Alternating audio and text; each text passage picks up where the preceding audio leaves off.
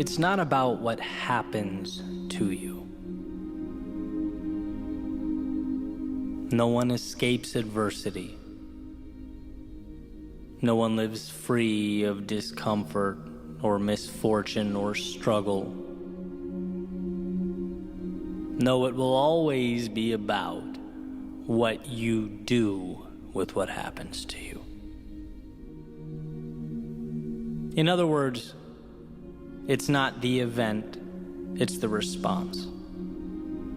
Not the obstacle, but the ability to navigate around it. Not the wave, but the ability to ride its momentum to something greater. It is not what happens to you, it is what you do about what happens to you. The famous Roman emperor and Stoic philosopher Marcus Aurelius said, "You have power over your mind, not outside events. Realize this, and you will find strength." And I think this realization comes down to the fact that there is always a way. Buried underneath it all, something powerful to leverage. But getting to the value calls for a rewiring. A change in the questions that we ask. Not, how could this happen to me? But, how can I be better tomorrow than I am now because of what happened to me? Not, can I still be that person or accomplish what I set out to? But, I am that person. Now how will I adjust my path so that I get there? We're operating within a world of value, limitless opportunity. The difficulty simply pushes us to that value faster, expedites the process. It forces us to open our eyes and see that the world works for us. So you take, for example, the fear of starting something new. That fear, it doesn't have to be an endpoint or a red light indicator. Fear doesn't mean you're not qualified or prepared or equipped. It simply lets you know that you have finally acquired the courage to step out of the safety of the only world you knew and into the turbulence of growth, onto the path of something better. And where it's easy to move away from that feeling, to turn your back on the chaos and retreat to something simpler, maybe something more predictable or contained. What if you viewed the fear as the price that we all have to pay to pull the curtain back on the best things life has to offer?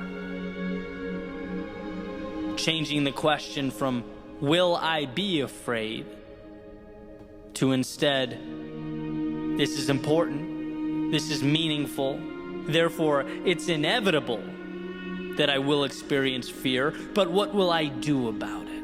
How will I conduct myself amidst the fear? Will I continue forward? Those are the questions that contain the value. Right? I can't keep the water from rising or the walls from caving in. No, that's an inevitability where I'm going. The worthwhile road always has its adversity. But will I use that water to learn to swim? The walls to climb, to adapt and scale? What will I make of this? That's the question that becomes the difference. And sure, you could stay away. You could choose not to take the path that presents the danger and the turbulence. You could attempt to contain the world around you by simply refusing to experience it. But then, of course, you become presented with the question, Why intentionally refuse to cash in a winning lottery ticket? Why diminish your gift in such a way? If it's not what you look at, it's what you see. Why see the world as an adversary? Why see yourself as less than you are? The saying goes, when you fight for your limitations, you get to keep them. You'll never exceed the person you've decided yourself to be. And yes, the world can feel intimidating. It's unknown. You in many ways can't control the characteristics that make life what it is, but you can always control you. Just like you can't control the wind, but you can adjust your sails. You can't control the tides, but you can predict and plan and execute accordingly. You control you, and that is where the power is.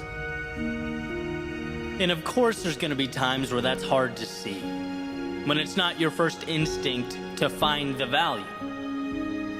Take, for an example, a change, a loss, the end of a relationship, the point where people tend to feel their lowest. It hurts to have something and lose it. To have what you were once so sure about challenged, what you once believed in called into question. But this doesn't have to be a referendum on you as a human being, right? Sure, you made your mistakes, but you have the opportunity to dwell on them or to acknowledge them and ask the question, I know what I know now. How can I be better than I've ever been in my life? How can I position myself to get more of the good and less of the bad? Same idea, different context. When those walls feel like they're crumbling down, you have to know there is more on the other side, just beyond what the eye can see.